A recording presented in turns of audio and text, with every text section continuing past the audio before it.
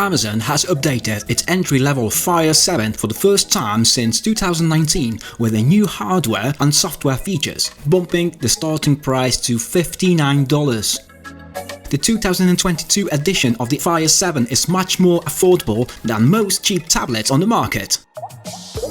In this video, I'll show you everything about all new Fire 7 and we'll check through its gaming performance, camera quality and its battery life. Hi everyone, my name is Adam and you're watching Family Pop TV YouTube channel. First, let's check what's in the package.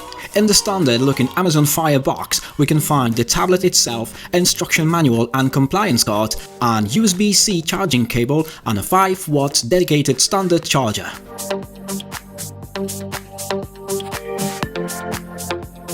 The very first thing you would notice about the Amazon's all-new Fire 7's tablet are the thick bezels surrounding the screen. The tablet looks almost identical to its edge predecessor, which means it ignores the current market trend of adopting an edge-to-edge display.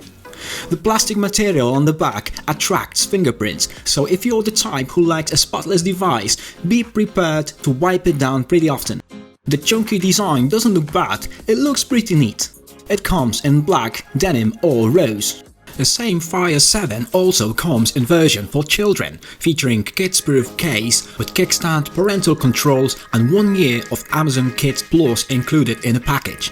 Amazon's new tablet is a pretty small device with 7.11 by 4.63 by 0.38 inches, weighs only 9.9 ounces. And it feels comfortably to use with just one hand, so it certainly can be used as a children's tablet. At the top edge of the tablet we got a power button, a volume up and down button, a microphone, and a USB-C port for the charger, and 3.5mm headphone jack where you can plug the headphones or the headset. By the way, you can also connect the wireless earplugs via Bluetooth. At the right edge of the tablet we can find a micro SD memory card slot that supports SD cards up to 1TB. And on the left side we got a single mono speaker. The display is a 7-inch IPS with 1024 by 600 pixels resolution, which is slightly less than HD standard and equates to a density of 171 pixels per inch. Basically, it has the same resolution and pixel density as its predecessor from 2019. If you plan to watch movies or consume other visual content frequently, watch Netflix, etc, the Fire HD8 might be a slightly better choice thanks to its 8-inch display. The Fire 7's screen isn't particularly bright. It's fine to use indoors, but it might be difficult to see what's on the screen under direct sunlight.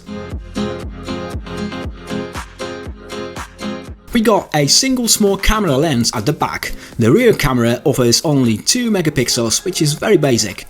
In my opinion, the back camera doesn't have to be a massive amount of megapixels, because this is a tablet camera, but this one is, I would say, functional. But don't expect high quality photos, and I won't recommend relying on the Fire 7 for capturing anything important. Here's the little comparison. A photo taken by Fire 7 on the left, and a photo taken by a newest iPad Air. I would say it's an unfair comparison. You can see striking difference between these photos. In fact, camera you would use the most often in a tablet is probably the front-facing camera, which is also 2 megapixels, which is up here in the middle of the landscape mode, which I like because most of the time everyone using tablet like this. Amazon obviously knows this and puts the webcam in a better place, unlike in the previous Amazon Fire HD7 or iPad. You might think the 2 megapixel isn't much, but for any video conference calls it will be just enough, as for example Full HD resolution equals approximately 2 megapixels, which is exactly what Fire 7 has to offer. The 2022 Amazon Fire 7 offers better internal hardware compared with its predecessor. The new model features MediaTek MT8168 processor manufactured with 12nm technology, with 4 ARM Cortex A53 cores clocked up to 2.0 GHz, and Mali G52 graphic processing unit, and 2 GB of RAM memory. Even if this is a significant improvement over the previous versions of Fire 7, the 2022 version still feels a bit sluggish with this hardware configuration. I tried to run one of the high-end games which is pretty hungry for processing and graphic power, the Asphalt 9 Legends, and while the game is playable on Fire 7, it's often very choppy. And before we carry on, make sure you're subscribed. As you can see, the game certainly struggles to run smooth. Most modern mobile games aren't built to run on such limited basic hardware.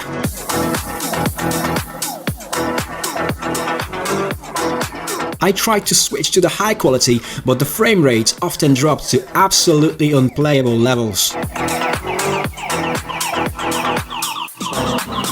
So, this is not a gaming machine. If you plan to use the Fire 7 tablet to play games, think again.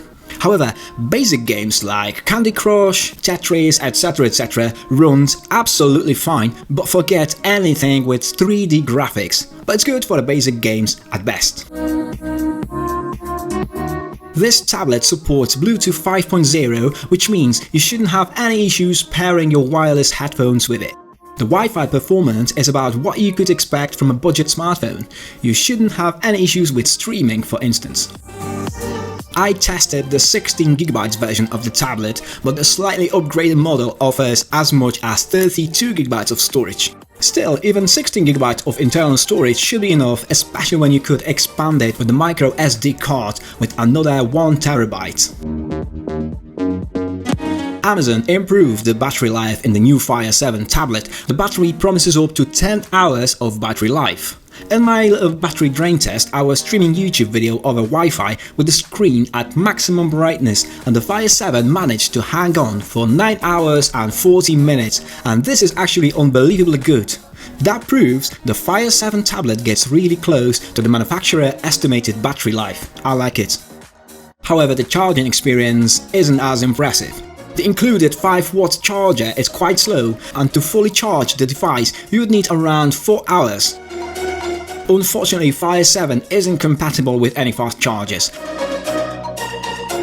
Amazon Fire OS is likely the most divisive aspect of this tablet and all other Fire tablets. The Fire OS platform is based on Google's Android, but Amazon's user interface is significantly different from what most Android users are accustomed to. For starters, it ditches the bountiful Google Play Store for the much less popular Amazon App Store.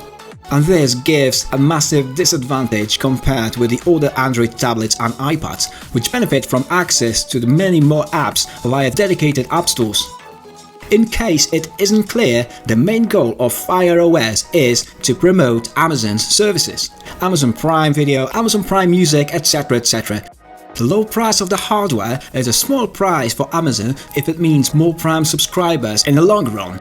If you already subscribe to Amazon Prime, you won't miss a beat with the tablet, which will automatically sync with your favorite movies, TV shows and playlists. If you're not an Amazon Prime subscriber, a more traditional Android tablet is potentially a better option. Some users might find Fire OS a little easier to use than stock Android because it guides you through what it can do and can't do. That makes Amazon's tablets attractive to those who aren't tech savvy or don't want to spend a lot on an iPad. Okay guys, that's it for today. I hope you enjoyed that video and found it pretty informative and useful. If you're new to the channel, make sure you subscribe so you won't miss when the next video comes out. I shall see you next week. That was Adam and you watched Family Pop TV on YouTube.